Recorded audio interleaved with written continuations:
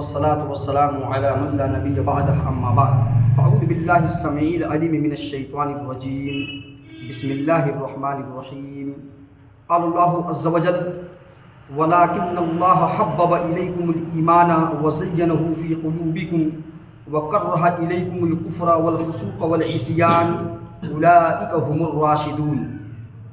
محترم سامعین، آپ حضرات کے سامنے اللہ رب العالمین کی مقدس کتاب قرآن مجید کی سورۃ الحجرات سے ایک آیت نمبر 7 تلاوت کی گئی ہے۔ اللہ رب العزت نے اس آیت کریمہ کے ذریعے سے اہل ایمان کو ایک ایسا معیار اور ایک ایسی کسوٹی دی ہے جس کے اوپر اسے اپنے ایمان کو جانچنا اور پرکھنا چاہیے، کیونکہ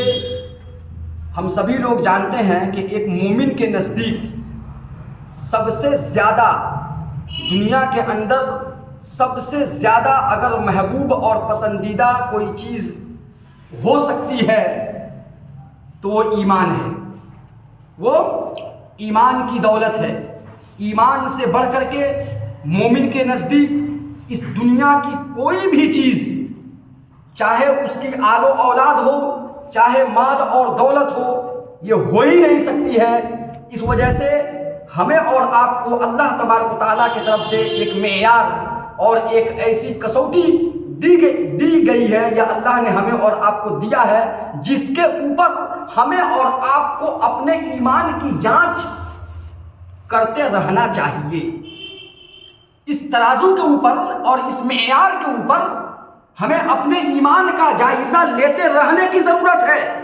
کہ کیا ہم اللہ تبارک و تعالیٰ کی طرف سے جو معیار عطا کیا گیا ہے، جو ہمیں اللہ کی طرف سے جو کسوٹی ملی ہے، اس کے اوپر ہمارا ایمان ویسے ہی برابر آ پا رہا ہے یا برابر اتر رہا ہے یا نہیں، جیسا کہ اللہ تبارک و تعالیٰ کا حکم ہے، یا اللہ کو جیسا کہ مطالبہ ہے۔ اور اللہ کو کیسا مطالبہ ہے، اگر اسے جاننا ہو تو جو آیت کریمہ آپ کے سامنے پڑھی گئی ہے، آئیے اس کا ترجمہ سماعت فرما لیجیے۔ اللہ تبارک و تعالیٰ کا فرمان ہے وَلَكِنَّ اللَّهَ حَبَّبَ إِلَيْكُمُ الْإِيمَانَ۔ اے مومنو، رب العالمین نے، اللہ تبارک و تعالیٰ نے تمہارے لیے ایمان کو محبوب بنا دیا ہے۔ ایمان کی محبت اللہ رب العالمین نے تمہارے دل کے اندر ڈال دی ہے، ایمان کو محبوب کر دیا ہے۔ اس لیے تمہارے نزدیک سب سے زیادہ اور سب سے بڑھ کر کے دنیا و مافیہ سے بڑھ کر کے ایمان محبوب ہونی چاہیے۔ جب بات آئے ایمان کی تو اس کے سامنے دنیا کی کوئی بھی شے تم کو دین اسلام پر یا ایمان کے تقاضے کے اوپر عمل کرنے یا عمل پیرا ہونے سے رکاوٹ نہیں بننا چاہیے۔ اگر ایسا ہوا تو یہ سمجھ لینا کہ تمہارے نزدیک ایمان ویسا محبوب نہیں ہے جیسا کہ اللہ کو پسند ہے، یا جیسا کہ اللہ کا حکم ہے، یا جیسا کہ اللہ تبارک و تعالیٰ کا فرمان ہے جس طرح سے ایمان لانے کا،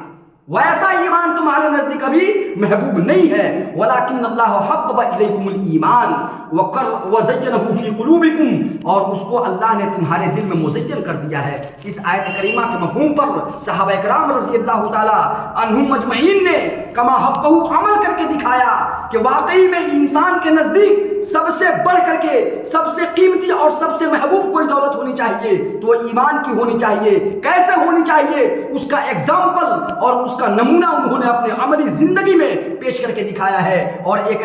ایسا نمونہ چھوڑا ہے کہ ہمیں اور آپ کو قیامت کی صبح تک آنے والی انسانیت کو ان نمونوں سے عبرت لینی چاہیے اور نصیحت پکڑنی چاہیے